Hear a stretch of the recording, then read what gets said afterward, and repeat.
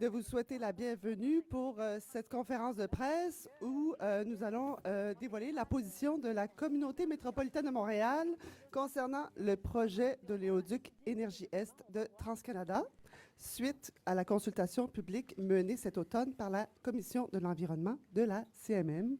Alors, en présence des membres du comité exécutif, des membres de la Commission de l'environnement, nous allons dévoiler justement la position. Ça sera suivi d'une période de questions d'une vingtaine de minutes et ensuite, vous pourrez aller en entrevue individuelle. Alors, sans plus tarder, j'invite M. Denis Coderre, maire de Montréal, président de la communauté métropolitaine de Montréal, à prendre la parole. Merci. Alors, merci beaucoup. Membre du comité exécutif de la CMM, membre de la commission de l'environnement de la CMM et son président, cher Stéphane Boyer. Bonjour à tous. Alors, au printemps dernier, le comité exécutif de la communauté métropolitaine de Montréal a mandaté la commission de l'environnement de tenir une consultation publique sur le projet Oléoduc Énergie-Est de la compagnie TransCanada. L'objectif de ce mandat de consultation était d'établir une position représentative des citoyens et des organismes du Grand Montréal. Du 15 septembre au 8 octobre 2015, la Commission de l'environnement a entendu près de 160 organisations, municipalités et citoyens à l'occasion de 8 séances publiques qui se sont tenues dans les 5 secteurs de la CMM. TransCanada n'a pas daigné bon venir nous voir. Je veux, au passage, souligner l'excellent travail des membres de la commission qui est présidée par Stéphane Boyer. Depuis plusieurs mois maintenant, à titre de président de la CMM, j'ai fait connaître notre position de tolérance zéro devant les risques environnementaux que représente le transport de produits pétroliers par oléoduc. À travers le pays, la question du transport par oléoduc revient sans cesse dans l'actualité. Les différents projets d'oléoduc soulèvent quantité de questions et de préoccupations chez les citoyens et les élus municipaux. Sans surprise, lors de notre propre consultation publique, l'environnement a été le thème le plus abordé. Les intervenants se sont montrés préoccupés par les questions d'approvisionnement en eau potable, de même que par les risques de déversement et les mesures de protection. Ce matin, le comité exécutif de la CMM a pris acte du rapport de consultation publique de la Commission de l'environnement et de ses recommandations. Nous avons résolu de donner suite à la principale recommandation de ce rapport, qui est de s'opposer à la construction du projet et au tracé proposé.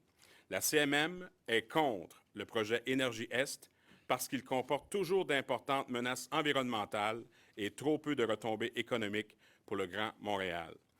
La communauté métropolitaine de Montréal is against that pipeline project. Le projet entraînerait la création d'une trentaine d'emplois directs pour l'ensemble du Québec pour son exploitation et des retombées fiscales d'au plus de 2 millions de dollars par année, selon les dernières estimations de TransCanada et nos propres vérifications. Par comparaison, le coût d'un déversement majeur dans la région métropolitaine de Montréal pourrait se situer entre 1 et 10 milliards de dollars. De plus, le tracé proposé par TransCanada traverse des boisés métropolitains, des milieux humides et la zone agricole, ne respectant pas les orientations, les objectifs et les critères de notre plan métropolitain d'aménagement et de développement, le PEMAD. Seulement sur le territoire de la CMM, près de 130 hectares de couverts forestiers disparaîtront, soit l'équivalent de 260 terrains de football. Plus des 3/4 de ce couvert forestier menacé se trouvent à l'intérieur des bois et des corridors forestiers métropolitains identifiés au PEMAD. Le tracé traverse plusieurs cours d'eau importants, dont la rivière des Outaouais, celui des Mille-Îles, la rivière des Prairies et la rivière l'Assomption. En cas d'incident, les prises d'eau potable de plusieurs municipalités du Grand Montréal pourraient être menacées. Je signale au passage que TransCanada n'a pas déposé encore son plan d'intervention en cas d'incident. On n'ira donc pas par 4 chemins.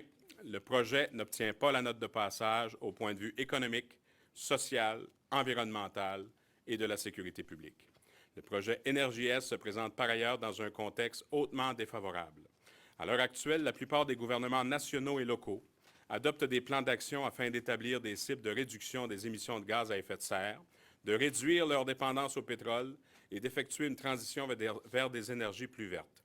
J'étais moi-même à Paris il y a quelques semaines avec certains de mes collègues pour prendre part aux discussions de la COP 21, dans un contexte où les nations de la Terre se sont entendus sur des mesures encore plus contraignantes pour limiter les émissions de gaz à effet de serre, on ne peut justifier la construction d'un oléoduc qui comporte par ailleurs plus de risques que de véritables bénéfices.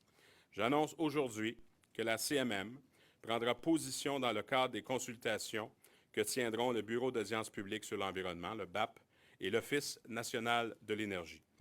Nous allons par ailleurs demander au gouvernement fédéral de changer la loi afin d'inclure dans son évaluation de ce projet une étude d'impact environnemental concernant la production des gaz à effet de serre.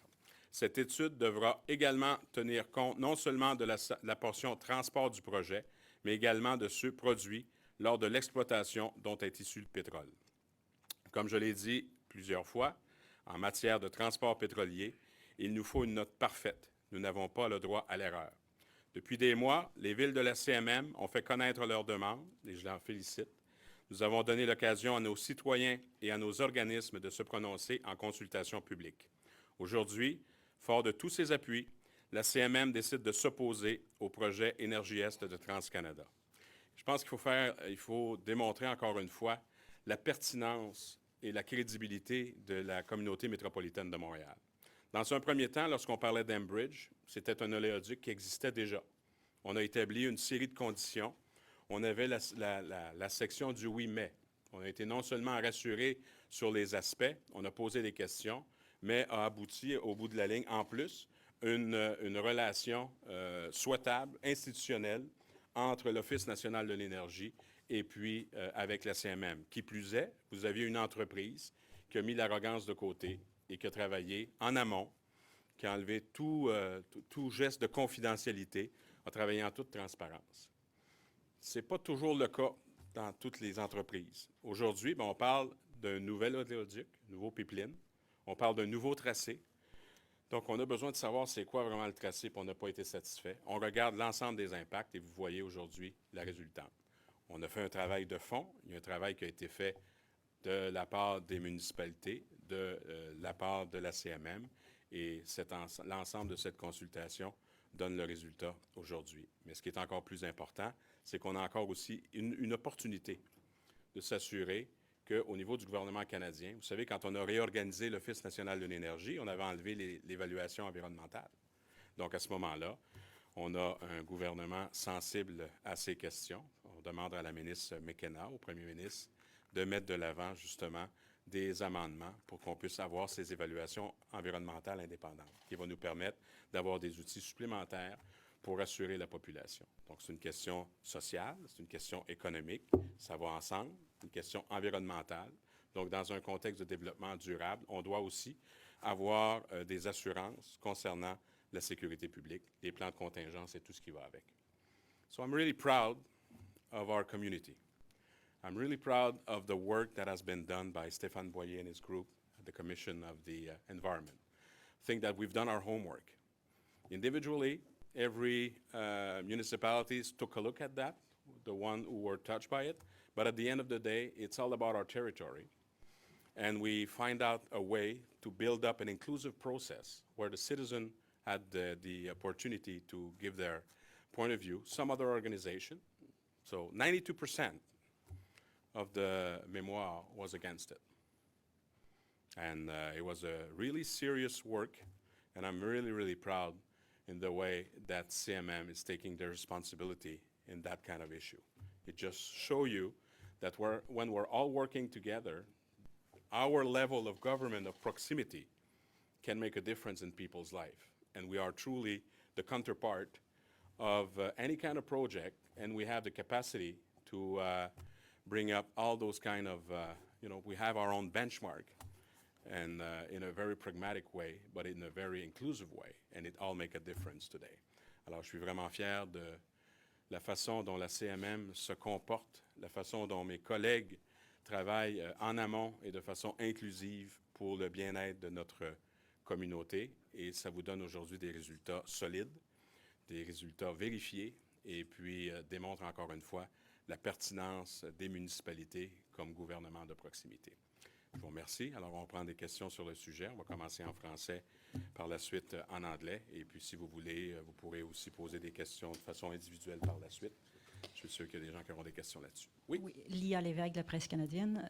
Monsieur Coder, au-delà du poids moral, quelle poigne légale vous avez pour empêcher le projet, théoriquement?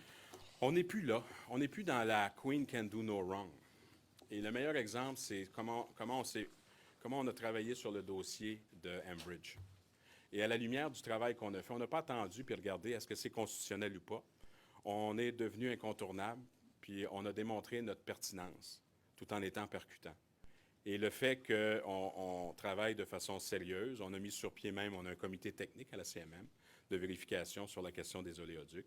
Il y a un travail qui se fait et vous avez vu qu'est-ce que ça a donné. L'Office national de l'énergie a ouvert un bureau à Montréal. Il y a eu même une décentralisation de l'Office national de l'énergie. Il y a eu un transfert de l'expertise et il y a un comité technique avec l'Office national de l'énergie et puis avec la CMM. Vous avez les entreprises maintenant qui comprennent que si on veut que les choses fonctionnent, on doit travailler en collaboration et de façon inclusive. Et puis, on a démontré notre pertinence. Donc, si vous regardez à la lettre, on n'a pas de pouvoir de faire telle ou telle affaire, mais à la lumière du travail qu'on a fait et des gestes qu'on a posés de par le passé, sur ce dossier, on a établi non seulement notre crédibilité, mais notre, permettez-moi l'expression, incontournabilité. Et au bout de la ligne, là, on parle aussi au ministre. Là. On travaille de façon constructive où on est totalement à l'heure de la réalité de la COP 21. Alors, on n'est pas juste là pour dire pourquoi on est contre, on l'explique.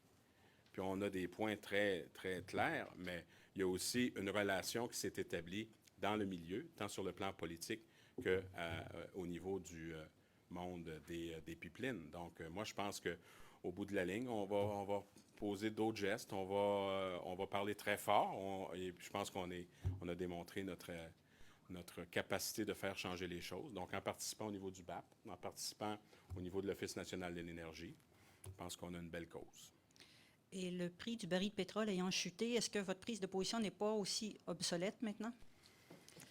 Moi, je ne regarde pas par rapport à la bourse, là. Je regarde par rapport à la qualité de vie des gens et puis à l'avenir de notre planète. Donc, c'est vraiment un dossier de développement durable. À un moment donné, le pétrole, il va augmenter. Alors, nous, là, on ne peut pas attendre le prix de la bourse, là. Et le fait justement de travailler dans un contexte de planification. Parce que c'est ça, dans le fond, le PEMAD, c'est ça la CMM. C'est qu'on travaille en amont, puis on travaille à partir de plans, puis on regarde qu'est-ce qui va se passer dans les 10, 20, 30 prochaines années. Et puis, fort, justement, de ce PEMAD, ça nous donne une capacité de parler d'une seule et même voix. Ça envoie aussi la pertinence de la CMM. Et je peux vous dire que dans le milieu, les gens comprennent que maintenant, ils doivent nous parler. Merci. Oui, bonjour, Mathias Marchal, Journal Métro. Le fait de demander une étude d'impact sur la production et pas juste le transport, la production de pétrole issu des sables bitumineux au BAP, est-ce qu'il n'est pas un peu tard? Je ne connais pas bien le processus. Non, il n'est pas tard. En fait, je pense qu'on veut juste aussi démontrer une cohérence par rapport à la première ministre d'Alberta, qui maintenant, dans son plan, analyse les gaz à effet de serre. Et puis, maintenant, je pense que tout va se faire en conséquence. On vient de signer une entente historique à la COP 21. Je pense qu'il faut être cohérent. Puis c'est d'avoir ce réflexe impact gaz à effet de serre. Évidemment, il y a quand on le produit puis quand il se transporte. Donc, il va y avoir aussi des impacts. On parle de déversement et tout ça. Donc, c'est pour ça qu'on a vraiment une stratégie intégrée macro qui va couvrir l'ensemble des angles. Et puis, ça envoie aussi un beau message d'appui par rapport à ce qui se fait aussi dans les autres provinces. Ça vous démontre encore une fois l'importance et la pertinence que peut jouer une institution comme la CMM et les municipalités. Merci. Merci, Mathias. Bonjour, Étienne Leblanc, Radio-Canada. Oui. Vous représentez quasiment 4 millions de personnes là, ici. Pas pire, hein? Est-ce que vous avez eu des contacts avec le gouvernement à Québec pour savoir quelle serait, eux, leur position éventuellement? Parce qu'on attend toujours ça. Ils savent qu'on travaillait là-dessus. Là. Tout le monde est au courant. J'ai parlé à plusieurs ministres. C'est sûr qu'on attendait le rapport de la commission et puis là, ça devient public. Et puis là, le travail est continu. J'ai parlé avec certains membres du gouvernement canadien également. Et puis, c'est un peu dans la foulée. Hein. Quand on en parlait, de toute façon, vous avez vu aussi les réactions à Paris quand on a eu la COP 21. On était tous présents. Donc, on a passé des messages là. Pour moi, ce qui était aussi important, c'est de respecter le processus. On s'est vraiment donné un processus qui nous permettait d'être encore plus fort dans nos recommandations. Donc, fort maintenant de ce rapport-là, on va être en mesure de travailler par la suite là, à l'autre étape. Donc, c'est sûr que le gouvernement canadien et le gouvernement du Québec est au courant de ce qu'on fait. Vous dites dans le communiqué, on est contre la construction et le tracé. S'il y avait un nouveau tracé de proposer, est-ce que vous seriez toujours contre? Bien, moi, je pense qu'on vient de dire qu'on est contre l'éléoduc, puis on dit en plus, on est contre le tracé. Alors, je suppose qu'ils vont le passer, là.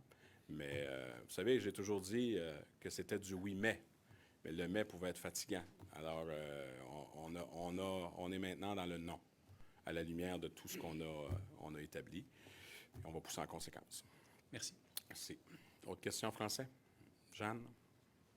Je veux juste savoir, est-ce que votre position est unanime au sein des 82 maires de... Je crois que oui. Oui? Est-ce que quelqu'un qui est contre? Non. Oui. OK. C'est unanime. Oui, je le veux. Oui, je le veux. Chantal a dit oui, je le veux. Paul? Bonjour. Est-ce que vous avez l'impression que Énergie Est est forcément incompatible avec l'objectif du gouvernement canadien de réduire les gaz à effet de serre et son nouveau virage qu'il a montré à Paris?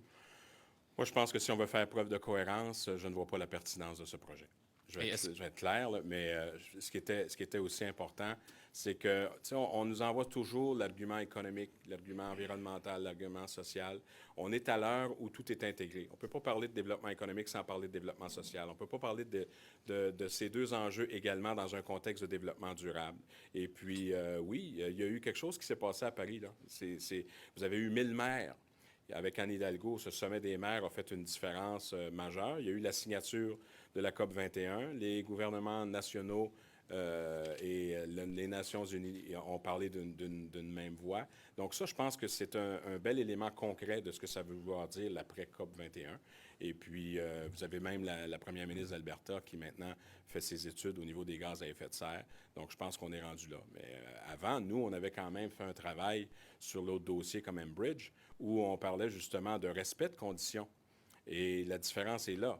À Enbridge, bien, il y avait déjà un tracé, il y avait déjà quelque chose d'établi, puis on voulait voir si les conditions étaient remplies. Maintenant, on part à zéro. Et puis, on voit que non seulement c'est pas pertinent de faire ce projet-là, mais on a des raisons très concrètes de le refuser. Vous avez dit que vous avez eu des contacts avec des membres du gouvernement canadien. Ont-ils un préjugé favorable ou défavorable pour Énergie Est? C'était juste dans un contexte d'information. La prochaine étape, on va faire une rencontre formelle. On va travailler en collaboration avec tout le monde, mais ils savaient vers quoi ça sous-tendait, là, mettons. Mais eux, ont-ils un préjugé à votre connaissance favorable ou défavorable? Je ne peux pas répondre à ça parce que on va leur laisser. Chaque conférence de presse a une nouvelle, là.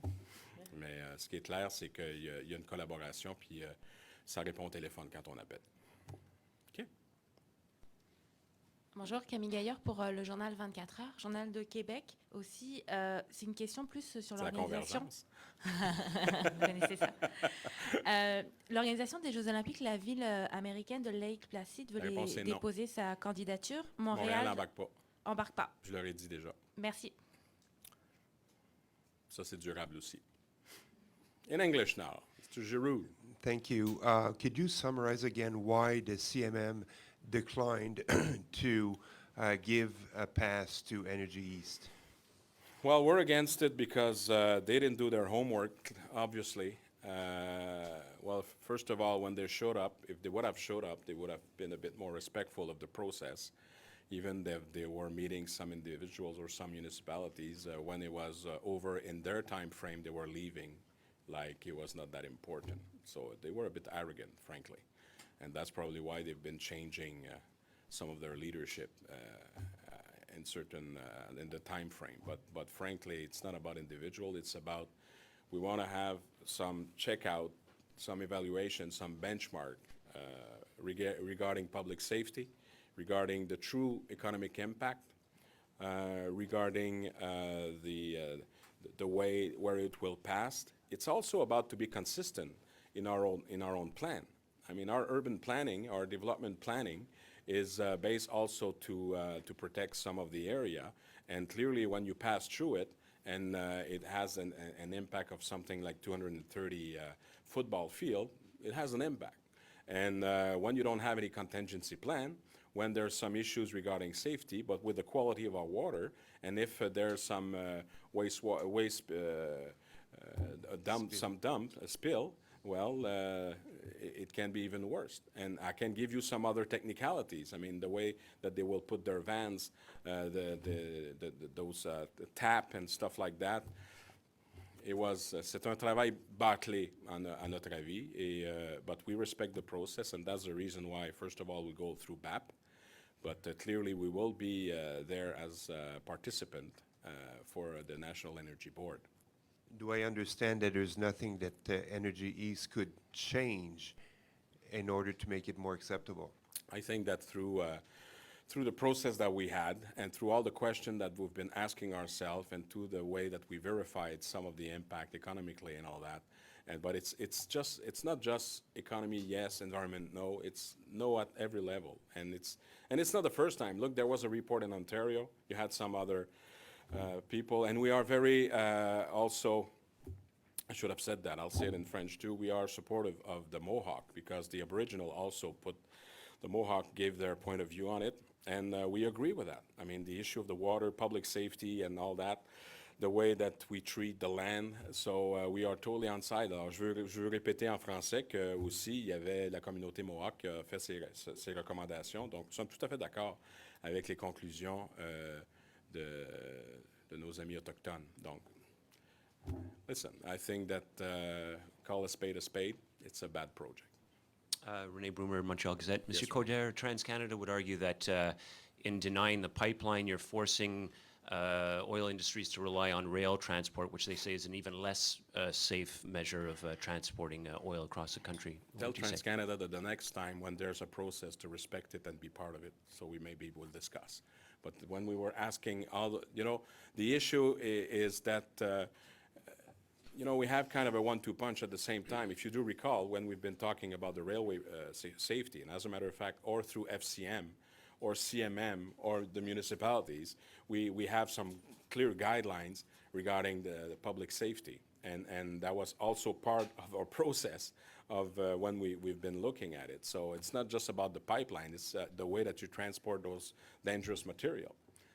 But clearly, in my book, they have to redo their homework, and there's better ways to work with. And I think that we already have one pipeline. We've been stating on it, and for that project, we don't think that it's an accurate one. Is there a possibility that the federal government decides that this project is necessary despite your opposition and goes with it anyway? Should ask them, but we will make some good pressure. They will know what we think. Last question. Je peux vous demander, M. Coderre, Oui. de répéter en français sur la question du transport du pétrole par train, s'il vous plaît? Écoutez, nous, on a vraiment travaillé de façon intégrée, parce que la question des transports des produits dangereux est importante pour nous. Depuis, évidemment, il y en a eu d'autres, il y en a eu plusieurs, mais notre collègue Colette Roy-Laroche au niveau de Lac-Mégantic, alors on a toujours dit, d'ailleurs, au niveau des pipelines, il n'y a rien dans la réglementation concernant les transports des produits dangereux. Fait que ça, déjà, on avait demandé de faire le changement. Et puis, c'est pas juste la question du pipeline, c'est sur l'ensemble de la question des transports des produits dangereux. On a besoin, justement, de ces évaluations environnementales indépendantes. Tu sais, on ne veut pas travailler, bon, on va le faire, puis après ça, on verra ce que ça peut coûter, puis qu'est-ce que ça peut avoir comme impact. Alors, on se dit, au même titre que quand on parle de l'éoduc, on est cohérent avec ce qu'on a dit depuis le début. Il faut aussi avoir une meilleure politique, une meilleure réglementation au niveau de la sécurité du transport par train ou par bateau et tout ça. Alors, pour moi, quand même qu'on vienne nous dire, ouais, mais il va en avoir plus par train, il faut réglementer en conséquence. Et puis, si on est sérieux en matière de gaz à effet de serre et tout ça, bien, le monde va faire un travail en conséquence. Ça va? Merci beaucoup. Bonne journée.